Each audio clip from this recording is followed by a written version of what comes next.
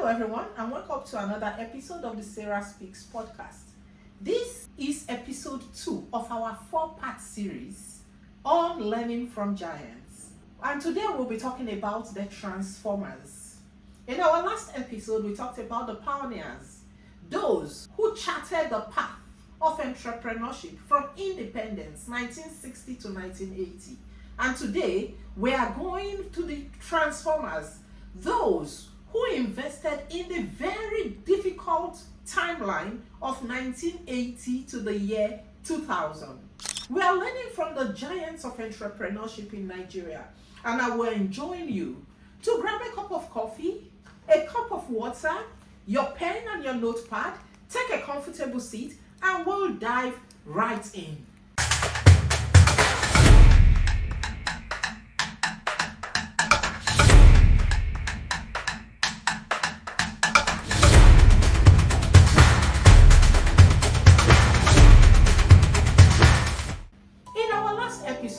We talked about giants like Felix Ibru, Chief Gabriel Osawaru Igbenedion, Alhaji Dantata, Razak Okoya. We spoke about Alex Duduyemi, great entrepreneurs who, despite the vicissitudes, the uncertainties, the coups and wars of the 1960s, dared to invest. And they've reaped a generational benefit. Many of them have passed away. Their children or their nephews or their nieces have taken over the businesses.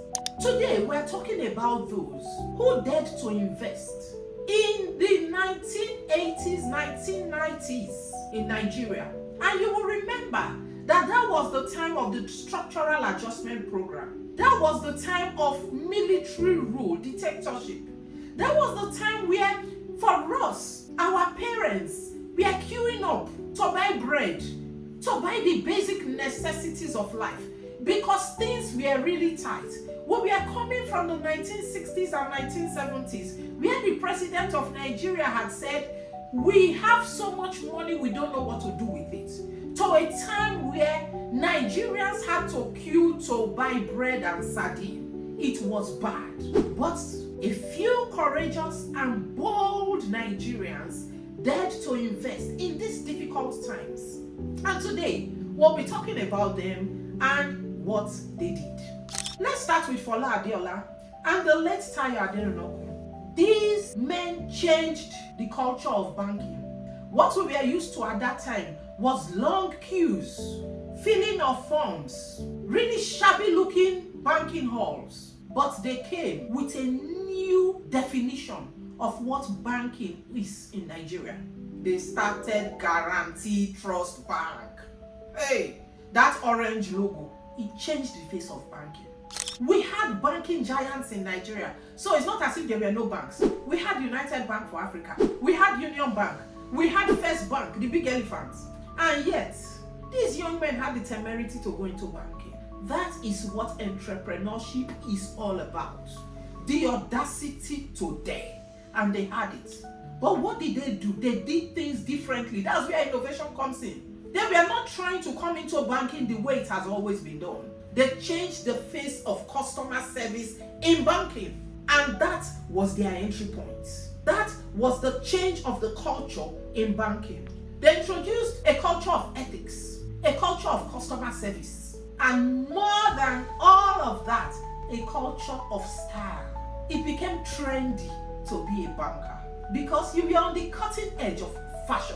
There was a dress code for you to succeed in banking. There was a dress code, and GTBank brought all of that into banking. Now they had a brother, will I call it a sister, Ovia, starting Zenith Bank at the same time period, and he came in with technology, and that is what has changed the face of technology in banking today. So while we had GTBank coming with a change of culture, we had Zenith Bank coming with a change in technology. And that tells us that innovation, no matter how small or big it is what is required for you to succeed. You can come into business in an area that is already established and still make your mark.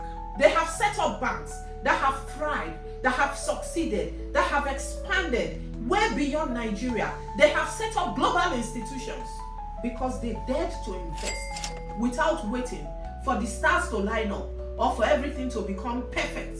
They didn't have the perfect conditions, but they invested and they worked at it until they got their results. Let's not forget Tony Elumelu. He came in the 90s with Standard Trust Bank, and then he started this fad of smaller banks buying up bigger and well-established banks and changing the face of banking in those established banks. That's why today UBA, which has always been, it's not one of the new generation banks, but it was an old bank. But when Tony Elumelu came in, he changed the style, he changed the thinking, and today we have UBA as one of our big banks.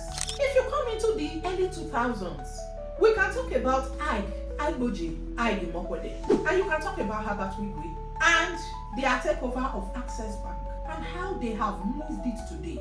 Yes, they started later than the others, but they dared. When they took over Access Bank was when banks were failing. We had Intercontinental Bank, we had Zenith Bank, and all these banks were becoming extinct. But even while banks were becoming extinct and banks were struggling and we had banking magnates that were having issues, they dared to invest because they had a goal, they had a vision. And today we have Access Bank as one of our big entrepreneurship endeavors in Africa. There's a lot to learn, but for me, the first lesson is that you must have a vision and a goal. And it doesn't matter how many people have been established in that business. Find your niche. Dare to move. Dare to execute. Differentiate yourself and your offerings. Find your target market. Give it your best shot. And with their examples, we see that success could be lurking just around the corner. What can we learn from this era? Resilience, resilience, resilience. Resilience breeds innovation. They dared to invest in difficult circumstances. They changed the narrative or the face of the industry they were getting into. They were resilient to keep going despite the difficult circumstances and terrain. And today they have their results. They didn't complain about Nigeria's instability. They innovated through it. They kept going no matter what happened. Regulations changed, policies changed, governments changed, but they kept at it. Albert Einstein once said, in the middle of difficulty lies opportunity. But many of us, once the hard times come, we give up. The people that truly succeed are those who suffer through the hard times, no matter how difficult it is. Because on the other side of hardship lies good success. And one thing I tell my children is, anything that comes too easy, it doesn't have lasting value. If you look at those who mine for gold, those who drill for oil, those who want the biggest catch of fish in the sea, it doesn't lie on the surface. You need to drill for it. You need to dig for it. You need to go through difficulty to get the best. Those who got the biggest diamonds did not find it sitting on the floor. They needed to go through some difficulty to get it. It's a human principle. If Jesus did not go through the cross, he would not have the glory. So why do we think things can just come easy like that? Why is it that we keep talking about, making it easily? If you look at those who have lasted the long-term hug, they went through the difficulty. They were resilient to keep standing after the difficulty.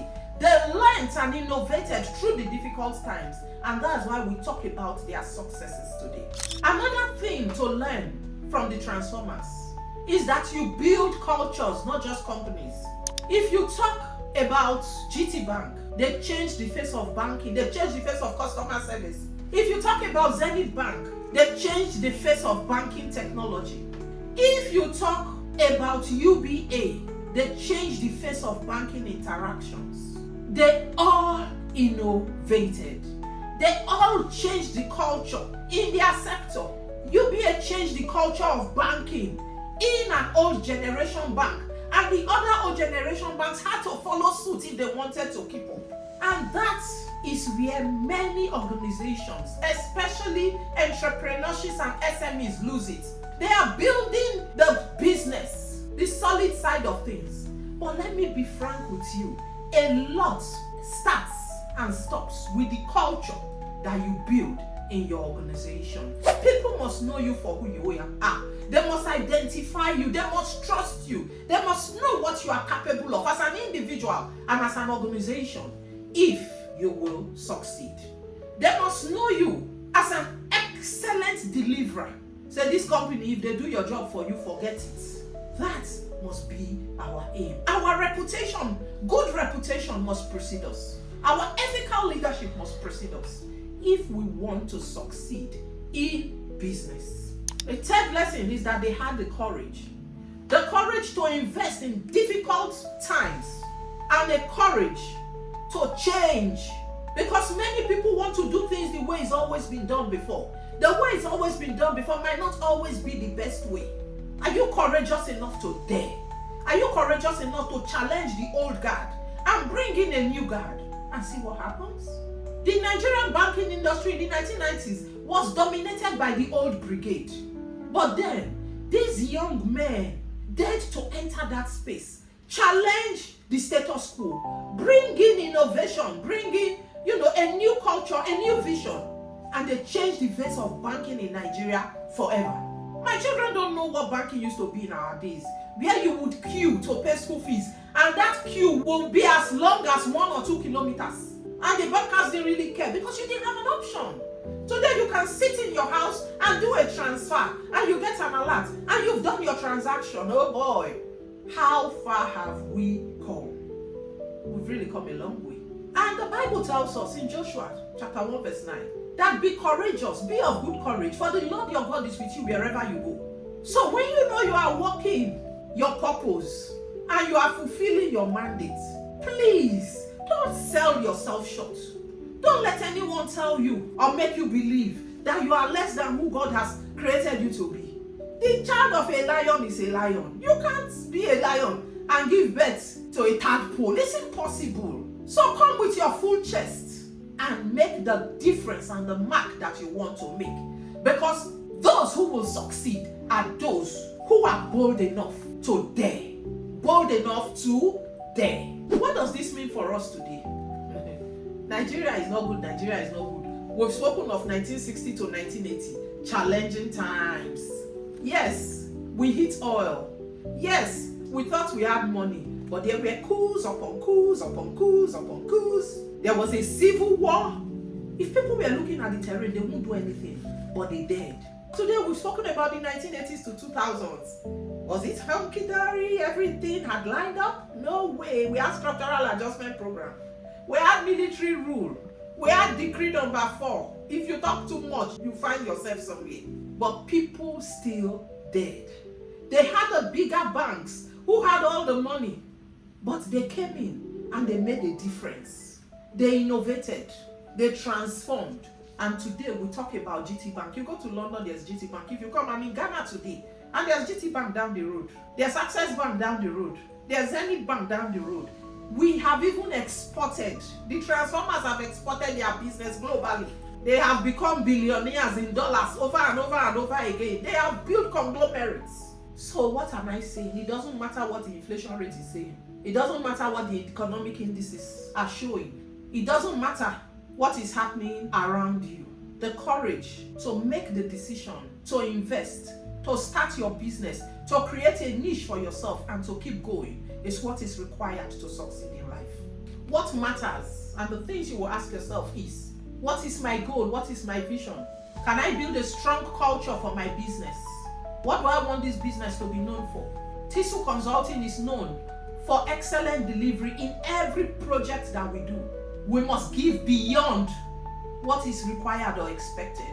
And we are known for, it's the reputation we have built in the industry.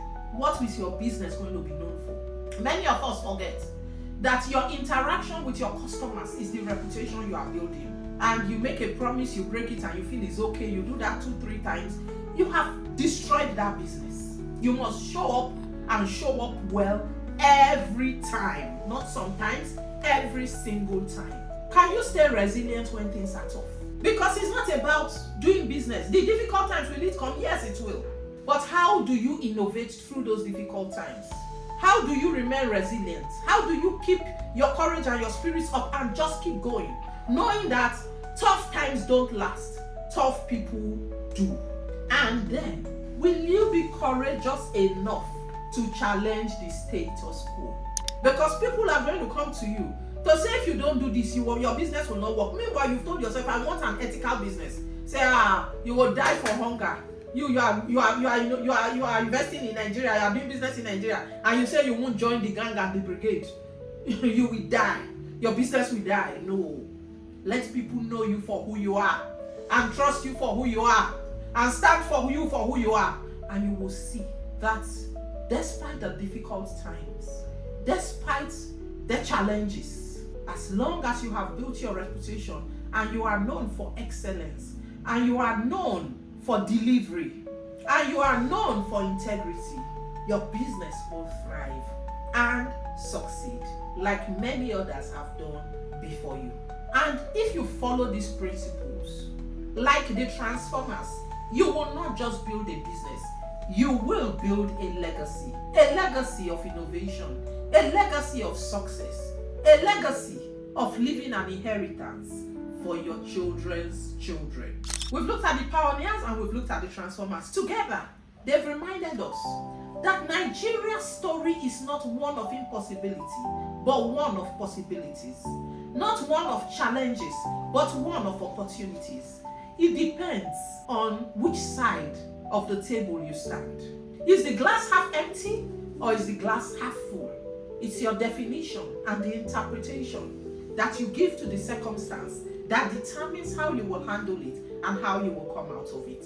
In our next episode, we will move to the present. Episode 3, we will talk about the digital disruptors. And we have quite a few Nigerians in this stage who have built unicorn companies worth over $1 billion, my dear. Even I cannot comprehend it. $1 billion. $1 billion? That's a heck of money. 1.5 trillion naira. And there are a few young Nigerians, guys in their 30s, in their 40s, that have done that. And we're going to talk about how they did it. And you will find again that yes, they didn't do it when the stars lined up and everything was hunky-dory. They did it despite the difficult situation that we find ourselves in Nigeria. And yes, Nigeria has happened to them positively. Until our next episode, I am SarahSpeaks Aigboje, and this is the Sarah Speaks Podcast. Join us again next week, where we'll learn more about the entrepreneurial giants in Nigeria that have stayed in Nigeria, that have done great things in Nigeria, that have succeeded in Nigeria, and have defined a legacy that we can all follow. Take care.